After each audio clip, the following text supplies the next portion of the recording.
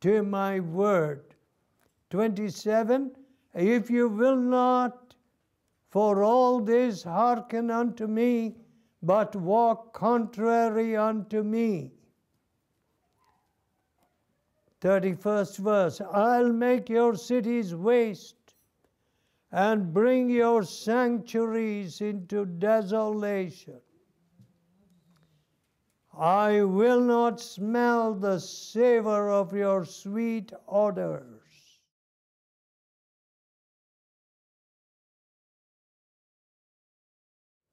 So, and 33rd verse, I will scatter you among the heathen, and I will draw out a sword after you, and your land shall be desolate, and your cities waste. You know, passing through communist East Germany, I heard the boast, without rain and without the sunshine, we bring the harvest in. I said, what? Without rain and without sunshine, you'll bring this harvest in? You know, they had taken all the fields of the farmers and made them into huge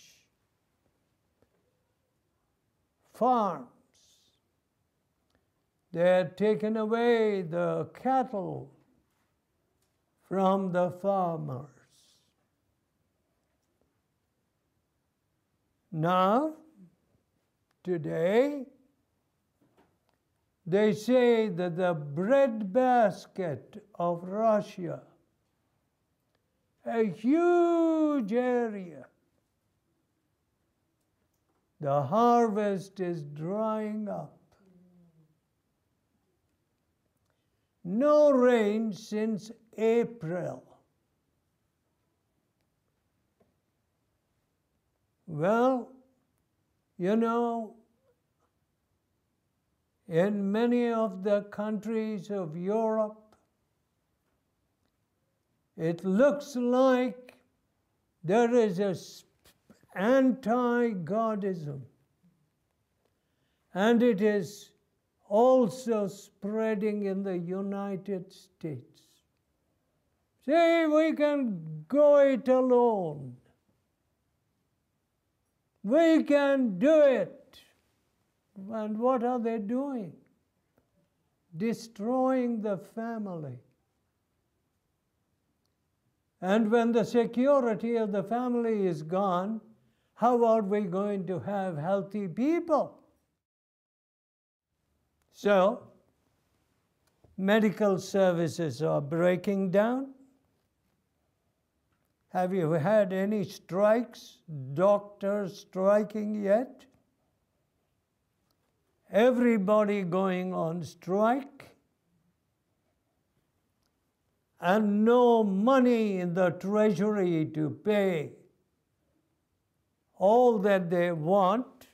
We must have this, we must have that. We have produced not those that love their neighbor as themselves. What have we produced? Grabbers, thieves,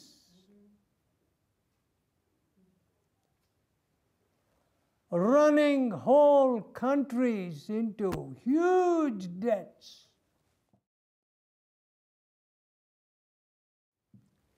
I doubt if Britain will ever pay its debts. Desolations. What do you call a man who defaults? He says, I'll give you the money in July the 1st, and he does not give you the money. What do you do with such a person?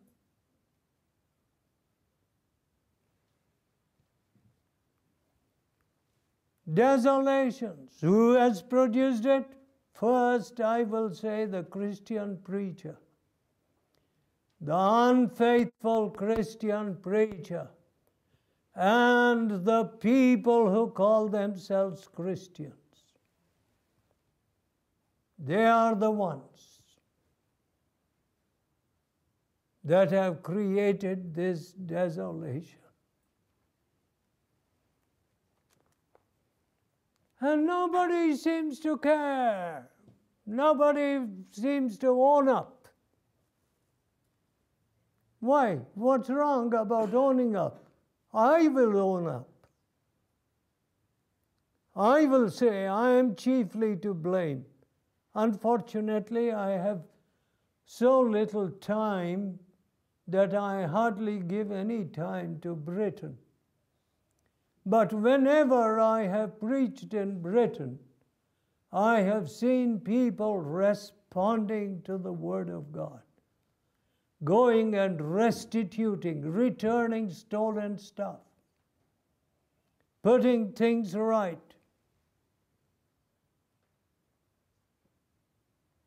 As a matter of fact, far faster did I see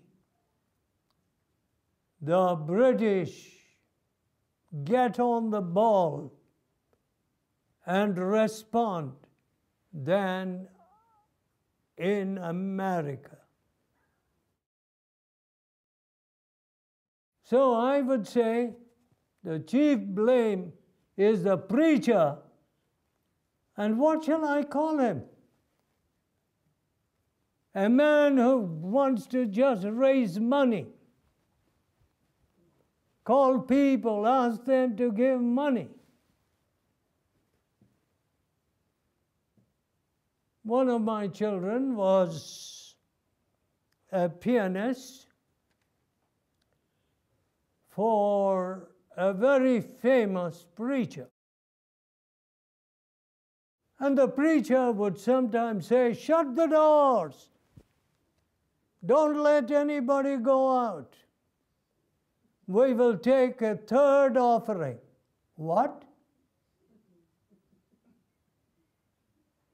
Third offering? What for?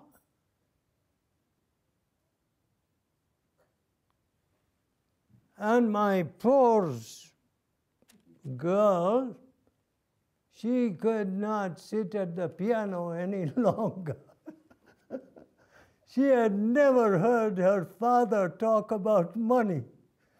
She had never seen me ask anybody for a penny.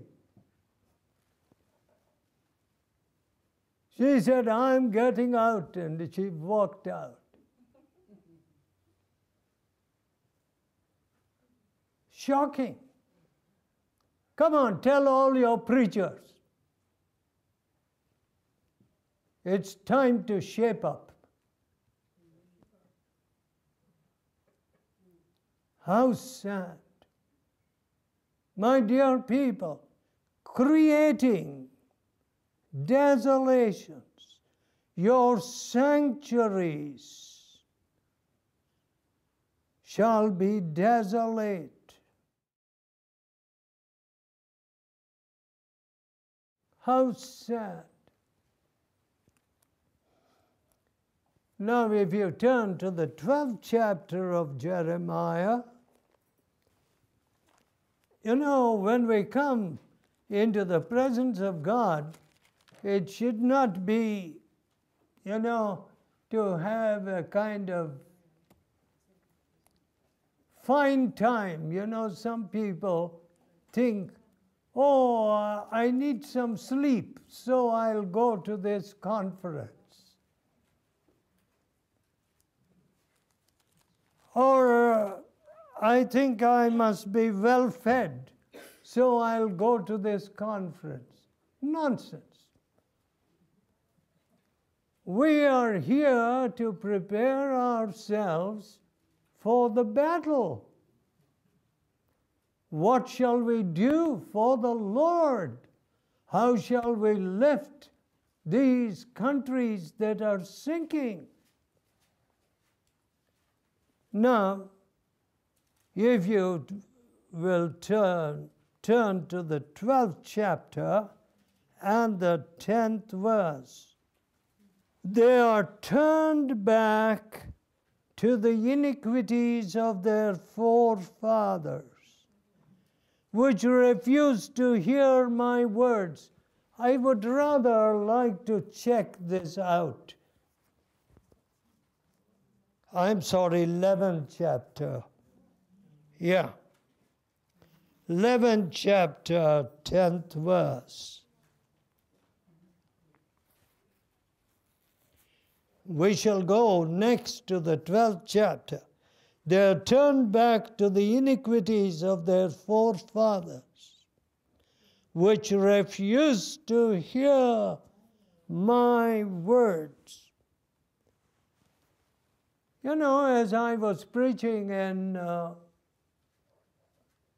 Ulster, Northern Ireland, they said to me, there are charmers here. People go to charmers. What? Magicians, astrologers, charmers. Is there anybody here who has been to any of these occult folks? Then your soul will be darkened. Nothing will get in. I think that's the problem with many of our churches. You know, they sing the praises of God, they clap their hands and swing their hips. But nothing happens in their hearts. What's wrong? Are they demonized? What's wrong? Are our pulpits demonized?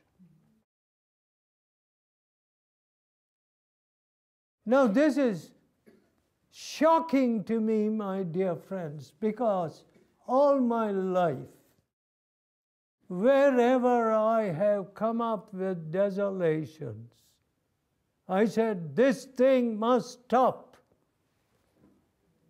This injustice, this oppression must stop. You know, I was right up near the Chinese border,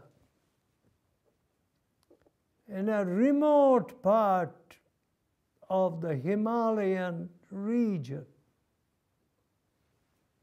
And there they said, a girl said to me, men marry us when we are little children. And they send us out into the rice fields to work. What? You get married when you're a little child? And all that your husband is asking for is a kind of cheap laborer in the fields? This must stop. So we started preaching out there, and people who were worshiping spirits began to turn to the Lord. And some of those men who are going to rule that whole area are being touched by the Word of God. See, doing nothing, just looking at the newspaper and saying, oh, things are getting horrible.